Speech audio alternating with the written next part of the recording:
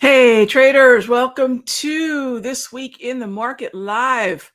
Happy Sunday evening, everyone, or whatever time it might be from wherever you are tuning in. We've got the Facebooks in the house, the YouTubes, as well as the good folks on Twitter. And great to have you here. As always, phone lines, well, not really phones.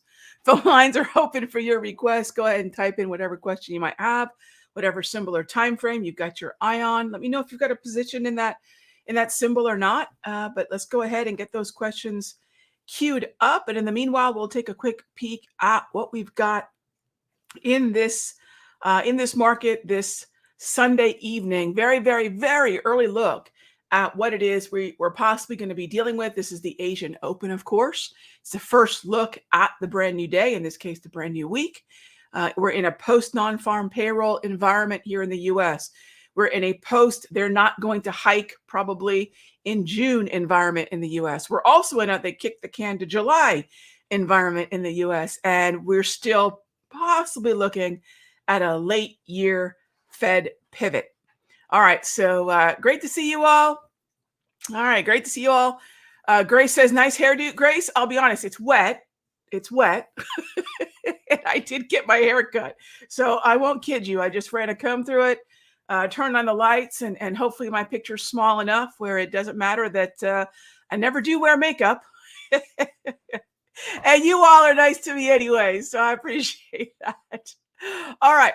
So that's the environment that we're in. If we think about the macroeconomic importance of jobs, if we think about the way in which that mapped to what was initially, oh my gosh, this is good news.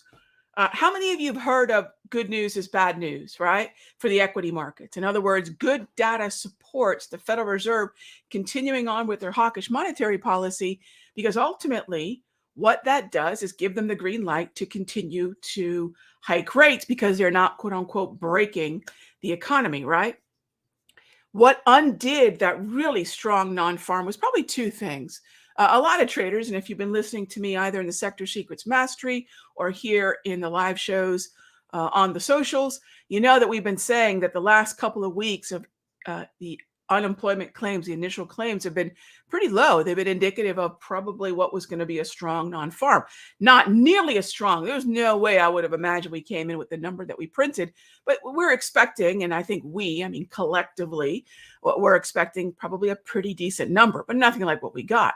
So why not sell off? Because the unemployment rate that's also released with that headline number, with the average hourly earnings, that unemployment number was 2 ticks higher than expected. And that took a lot of fizzle out of that good news is bad news potential sell-off. And ultimately, well, you can see here on this daily time frame, that's Friday's candle sitting up there in the stratosphere, right? That's Friday's candle. Let's zoom in just a little bit. So we can see here, that's Friday. There's today. There's Sunday evening. That's going to ultimately be our Monday candle on the S&P futures. We're sitting just above the previous session close. We're not making a new high as compared to Friday, but gosh, the markets have been open for 4.5 minutes. So we'll see what happens. There was something really important that happened on Friday. One, financials launched higher. And two, you can see here, healthcare also launched higher. Why does that matter? Because everything up until now has been leaning heavily on tech, whether that be QQQ, but let's get a little bit more granular here, right? XLK. Why does that matter? Because XLK is the number one weighted sector in the S&P, of course, in the NASDAQ, and it's number 2 in the Dow. So unlike other sectors, this has significant weighting across all 3 of the major averages. The only other 2 sectors that have this kind of multiple weighting are financials and healthcare, S&P and Dow. So to see the S&P really continue past 4,300, and that's a big question and theme for the This Week in the Markets newsletter. This issue really kicks off this conversation about how high is high and what needs to participate to get us there. And I'll tell you right now, financials and healthcare are a big part of that. All right, there's your 5-minute rundown of what we've got going on. Also in this week's issue, by the way, I get into the mixed messages that we're getting from ZT, the 2-year note, and what the 6 what the 6E is really saying about the US dollar, as well as what long bonds are saying about the potential for a latter part of the year Fed pivots. We get into all those topics as well in the current issue, which should be out tomorrow morning, before 9 a.m. Eastern. All right, let's jump into the questions, starting with, hey there, Howard. Howard asks, how does the euro look this week? Thanks and have a great week. You too. You too. All right, so 6E. Now, 6E matters because ultimately what we have is, I keep forgetting the market's been open for an hour, not for 6 minutes. Lorna Bot just reminded me, Rog, it's not the 6 o'clock show, it's a 7 o'clock show this week. It was my husband's birthday, so I wanted to push the show back a little bit. Thanks for punting with me, everybody. Yeah, that's right. We've been open for an hour. Right. Thank you, Bot. Have it. But when we're taking a look at the 6E, I'm not going to be surprised, Howard, to see at least between now and July. So if the question is, when is that 6E going to resume the kind of uptrend that we've seen for most of this year? When is that going to happen? Really, since late last year. When is that going to happen? And how long could we consolidate around the 200? Well, not that previous consolidation is necessarily, let's see, I know I have a date range tool here somewhere. Let's see, price range. No, where is the date range? But anyways, what I'm looking at right now is the last time that we were stuck in this area around the 200, we were there from February 24 to, take a look, March 15. So 3 weeks. I'm not going to be surprised to see something similar. I'm not at all going to be surprised to see that we might bounce around here, maybe even a little bit longer, because the reason the US dollar just won't roll over is in many ways the same reason the euro won't just head higher, which for the respective currencies is their individual path of least resistance. As long as we're not sure whether the Federal Reserve still has a quarter point hike in their back pocket or not, there is reason to not want to short the dollar aggressively, because a hawkish central bank is typically bullish to the currency. If we start to back away from the quarter point hike, or if ultimately we just bake in that quarter point hike, we move on from that and presume the pause here in the US, at that point, the euro can move higher. So technically, we're sitting at a similar level as we did back in February to March, timing wise, right? Timing wise. And I was watching, how many of you are watching the Spanish GP, Formula One this morning? It's not speed, it's timing. Yes, speed is great, speed is fine, but it really is timing. If it were merely the fastest car getting around the track, and this doesn't matter what the motorsport is, it'd be a different conversation. And I think traders can remember that too. It's not always speed, it's timing, right? And I think that's what's going to happen here. It's going to be very much a timing element. All right. Okay. Thanks for the question, Howard. I love talking about currencies. In fact, so what I try to do is every now and then, if we have a time when the markets are closed and there's a topic that folks wanted to listen into, I've been getting some questions about currencies and specifically Forex trading again. So if you're a member of the Futures Room or my Sector Secrets Mastery on the 19th, we're going to have just a quick morning session talking about Forex, what I see in the currencies and how I'm trading them at the moment. It's not something that we really do at Simpler a lot. I used to be the main, the resident currency Forex trader here, but there really, frankly, isn't a huge audience for Forex in the US. Very different, when I travel abroad, all the questions usually have to do with currencies, but we'll do that. We'll do that on the 19th. So mark that down on your calendar. I'm thinking we'll probably end up doing that right after Charts and Coffee on Monday the 19th. All right, next up is, hope you watch. I did. Thanks so much. Will it be possible to devote some time at the Sector Secrets Room to go over the VWAP Max Pack and how to best use them? Hey there, Snowball. I think the best time for that is during the regular trading day. It's very tough to sort of downshift, to stick with the motorsports analogy, and slow things down to how to and classroom time. Mondays at noon, if you have questions about the VWAP, Lorna Bot does her tech session every noon to 1 on Mondays. She knows my tools. She knows my strategies inside out. And on Fridays at 3 to 4 p.m. Eastern, the very last session of the week and the last session of that day, on Fridays, we have the Ask Me Anything. That would be a great time where if you have some specific questions, I'm not going to be able to go into a classroom breakdown of all that. However, with the indicator package, there is a video. There is a video that goes through a lot of the material. So if you haven't checked that out already, please do. And then if you have specific questions, Monday's tech session, Fridays Ask Me Anything, bring the questions and we can help you out. All right. Okay. Next up, what level am I looking at for 6E? I'm just looking for that. Yeah, it's still on the screen. I'm just looking for that 200 propulsion, the 200 exponential. And actually, let's take a look at this year's point of control. Where might it be?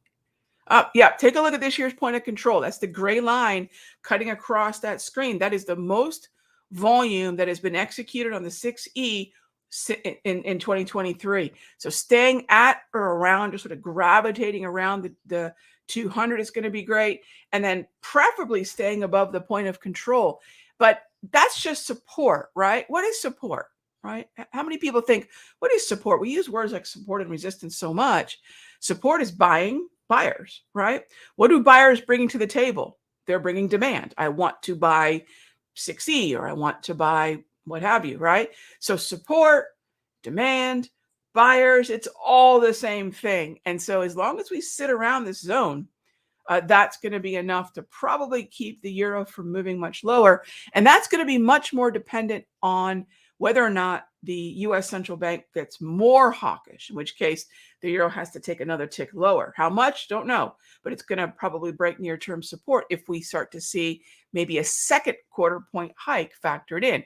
If not, as long as the European Central Bank is still within their overall tightening cycle, their rate hiking, then the euro should continue its move higher. Will it make a higher high? A lot of folks are asking. I have no idea. But a move from the 107 handle back up to, say, the 111 handle would be a heck of a move.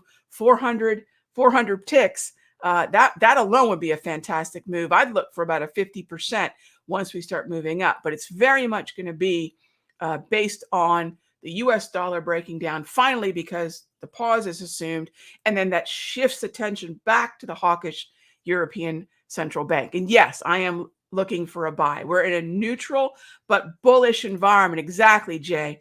We're in a bullish but neutral environment. You bet. You bet. All right. And yes, I mentioned this week in the markets already. My Sector Secrets Mastery, folks, you get this week in the markets already gratis with your Sector Secrets Mastery membership. And then if you are looking to see what some of these points and levels and conversations that we have in this report, it's a fairly beefy, don't worry, there's plenty of pictures, there's plenty of charts, but it's a fairly beefy 10-ish page report, about 10 to 12 pages. And you can check it out for $7 over at thisweekinthemarkets.com. All right, moving on. Thank you for the birthday wishes. I will let him know. All right, in Friday's session, hey there, Jack. Friday's session, I described traders that don't follow the trend and don't wait for the trend.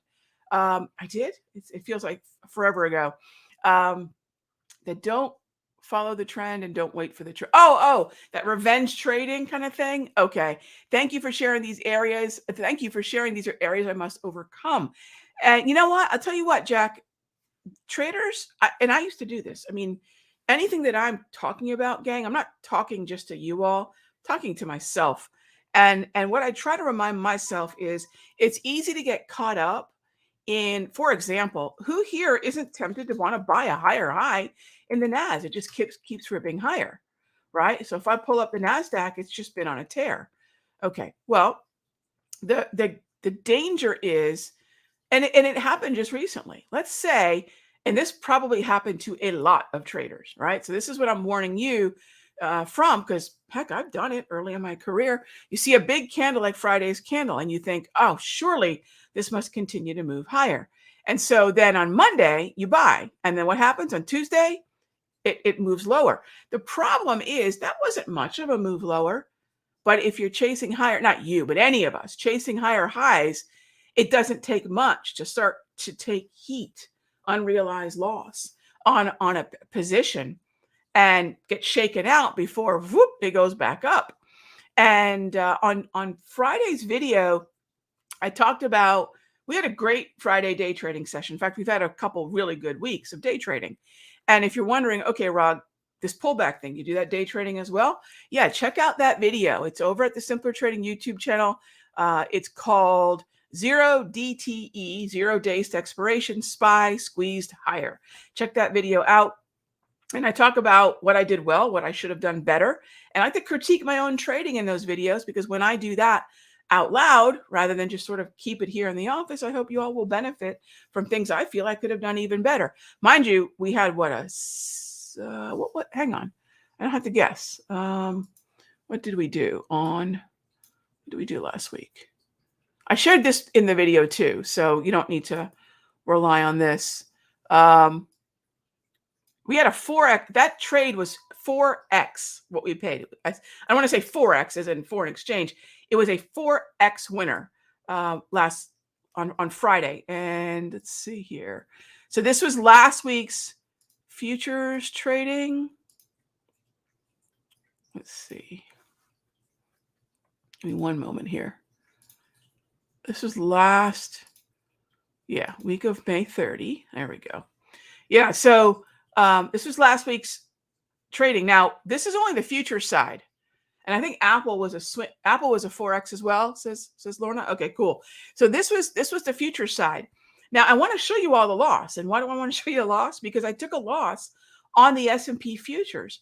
You cannot push the risk on a leveraged product like the ES. It will obliterate an account so fast that once you're done crying and left with no more tears, you will see that trading the SPY is oftentimes going to offer a certain elasticity. And I say this, and this was the video I made for futures traders, right? Because I said, look, if you're comfortable trading the S&P, if you're comfortable trading to the long side in the S&P futures, then the SPY option is a great alternative, oftentimes in an environment where we might be seeing more volatility.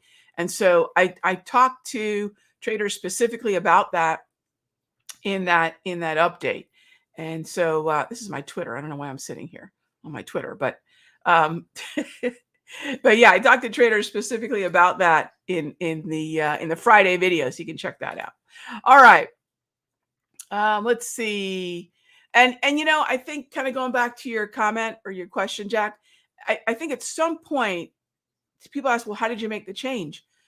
At some point, we have to equate these poor decisions with pain, with losing, because it's the old saying is true. We'll do more to avoid pain than we will to gain pleasure. I think that's Tony Robbins 101, and I think he's right on that. We will do more to do that. So if I start to equate pain to sticking in a losing position for too long, going beyond my allowable risk for my account, using a strategy like max risk on options trades, don't do it. It's unnecessary, and it's going to create greater risk. So just something to think about. And thank you, Jack. I appreciate that. And, if you ever want me to elaborate, I will, because I'm sure I can remember lots of dumb things I did early in my career that got to me where I am. And we're all going to do that, gang. We're all going to make those mistakes. But the quicker you can shift out of them, the better. All right, Zane, support is when the market makers flush out the weak buyers and move in price. Gang, I think people want to say market makers do everything. Retail traders can move the market around too. I think there's a lot of different market participants that can move our symbols around, no doubt. And I'm sure that's definitely one of them.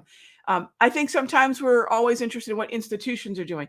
Institutions are not moving size at every level, right? Because not every level has the kind of volume that they can use, right? But that's certainly one of them. Yeah, no doubt, Zane. All right, so let's keep moving on. We've taken a look at the NASDAQ, the XLK, the S&P, the 6E, and therefore also the dollar.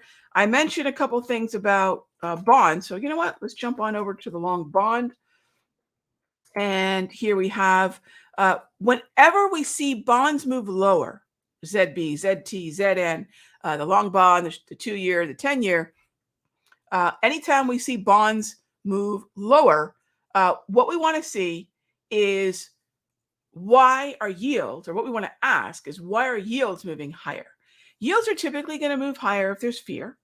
Yields are typically going to move higher if we continue to assume a more hawkish stance from the Federal Reserve, or if there's simply confusion, right? The typical reaction to confusion is more along the lines of fear than it is of greed. So all those things are going to lead to possibly the bond market not wanting to get out of its own way.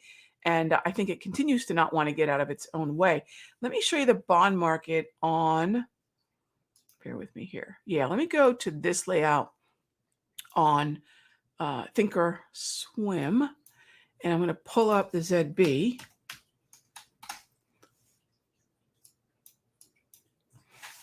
All right, so take a look at what we've got here on the chart on the right. The chart on the right has the daily price movement range, the historical volatility range, and the chart on the left, that's the 5-minute, has the hourly price movement range.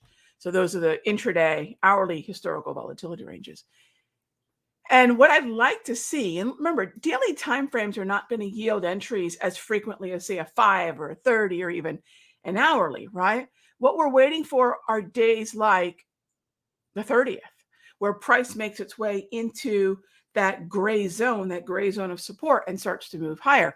Days like even the 1st, right, where we can try to move higher back into, so gray to gold, that's what we're looking for.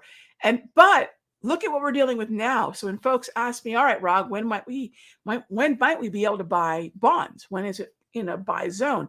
We're going to have to actually move pretty far down to about the 126 handle, 126.07 right now, going into tomorrow, before I even have the kind of weakness that's buyable, right? We understand the concept of something going on sale, but the presumption is it's also valuable. That way, when it's going on sale, it's a good deal, not just buying something cheap. Well, remember, that only works in trends that are either sideways or up. If we're buying things in a downtrend, let's presume that's kind of like a something that's not valuable, right? A downtrend would be sort of akin to something not valuable, therefore really not on sale. And so I want to make sure I'm dealing with a sideways market or an uptrend before I start presuming that I can buy some kind of zone like the gray zone on the daily price movement range. And here's the ZT. This is the shorter end of the yield curve. The 1 month, the 3 month, the 2 year, these were all very volatile, and these were all reflecting those higher yields in sort of the heart of the worst part of the ramp up into the debt ceiling crisis. And obviously last week, the bill passed through Congress. There's something that has, and I didn't know this the first time I was dealing with a debt ceiling crisis. I had no idea that once it's gone through Congress and it's gone through all their hands and it's approved and it's getting ready to go on the president's table, heading over to the White House. Before that, it basically has to go through essentially the absolute most intense proofread, grammar, punctuation, maybe not grammar, punctuation check ever, because whatever that gets signed as, and I'm only slightly exaggerating, but I think it's true, even to change a comma on the bill would require an act of Congress. So now it's got to get what's called engrossing. So this is why, just once it's done with Congress, how come the president doesn't just sign it? Because it's going through this engrossing process. I know no one signed up for civics today, but I thought it was really interesting. And that means for us traders and investors, there is a period of time that we are waiting for this process, quite literally the I's to be dotted and the T's to be crossed and the commas to be checked.